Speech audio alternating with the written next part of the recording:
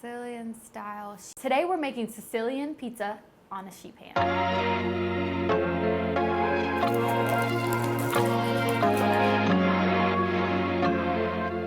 Sicilian pizza, or really any pizza, comes from a sailor's food of dry bread topped with tomatoes and herbs. By the end of this video, you should know how to make a Sicilian pizza dough, prepare a chunky Sicilian sauce, pound out and spread your dough, and finally baking and topping your pizza. What's great about this pizza, it's literally one dough that can be made within an hour, and it makes a ton of pizza. Not only that, but each half of the pizza can have its own flavor going on. As always, the ingredient list is in the video description, and it's always awesome to have everything measured out and ready to go. There's 3 things that you have to have for Sicilian pizza. One of the main flavor components of this recipe is called Poolish, an ooey gooey mixture made from yeast, flour, and water. It adds more fermented, deeper flavor to the bread and the pizzas as well. Ours consist of 1/2 teaspoon of yeast with 74 grams of all-purpose flour and 47 grams of tap water. You can mix all 3 ingredients together and let it stand overnight on the countertops to ferment and build flavor. 2 other essentials you're going to need for this recipe is a well-seasoned cookie sheet. Ours is 13 by 18 inches and a stand mixer. Start by combining 3 grams of yeast and 90 grams or 1/4 cup of warm water. This will allow you to make sure your yeast is alive and ready to go. From here, you're going to combine 578 grams of flour, 13 grams of malt into your mixer.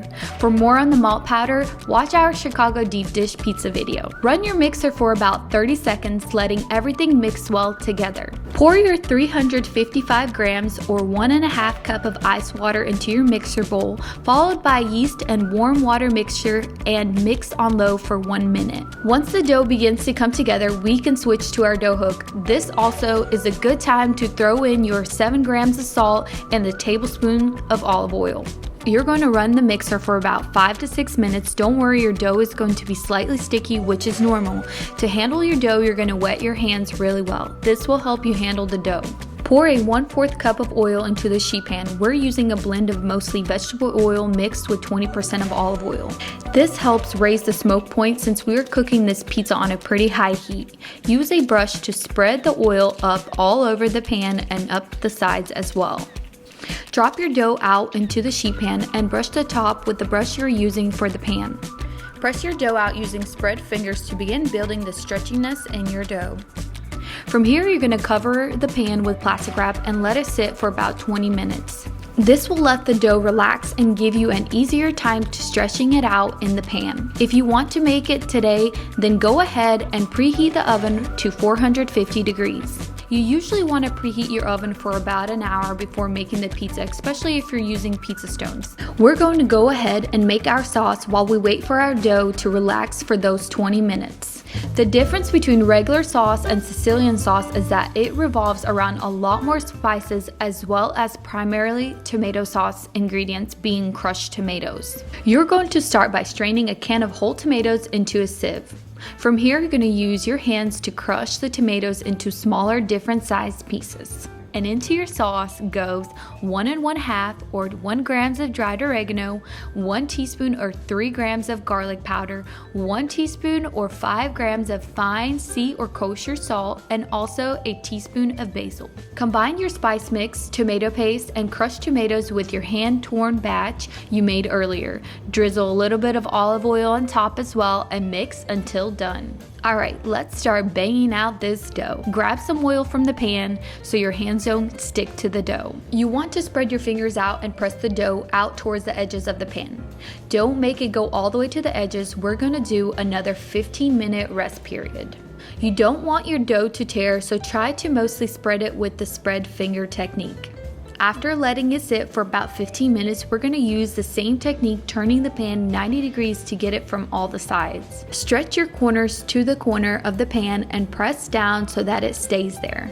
The great thing about the sheet pan or Sicilian pizza is that you can make 2 different kind of flavors on the same dough, so pretty much everybody can be happy. We're going to use some cup and crisp pepperonis, red sauce, and shredded mozzarella on one side, and then on the other side we're going to do prosciutto, spinach, mozzarella, and yummy ricotta, as per usual, my favorite. You can go ahead and top your pizza. I started with 2 cups of red sauce on one side and then white sauce on the other side. For white sauce, it's just putting oil on top of your pizza and covering it with as much garlic powder as you like. Cover each side with about 2 cups of cheese. You're going to end up using about 4 cups total of shredded mozzarella. Place your toppings on top of your cheese. I like to spread out the pepperoni so it's not on top of each other, and same with the other side of the toppings. Keeping your toppings separate helps them get crisped up and toasty, giving it a classic out of the pizza oven taste. We're going to bake this pizza on the middle rack at 450 for about 15 minutes. Then we're going to rotate our pan at 180 degrees and bake for another 7 minutes. This is a fast bake at a high heat, giving you a crisp brown bottom and delicious top. Look at this delicious Sicilian style pizza. It's well brown, crispy. It can't get better than this.